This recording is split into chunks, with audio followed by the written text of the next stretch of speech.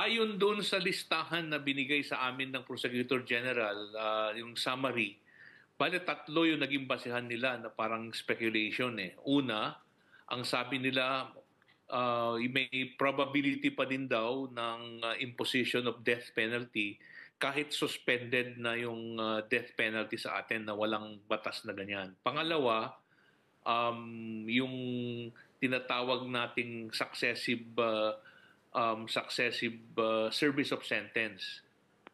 Parang lumalabas na hindi rin akma sa kanila yung bagay na yon.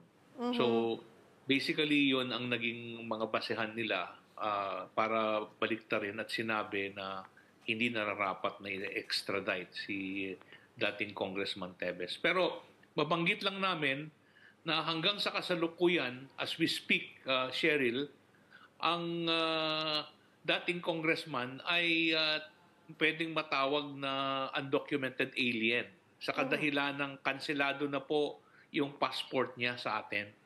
Ibig sabihin yan, kung gugustuhin ng Timor-Leste government in the exercise of their political will and an executive function, pwede nilang i-deport anytime.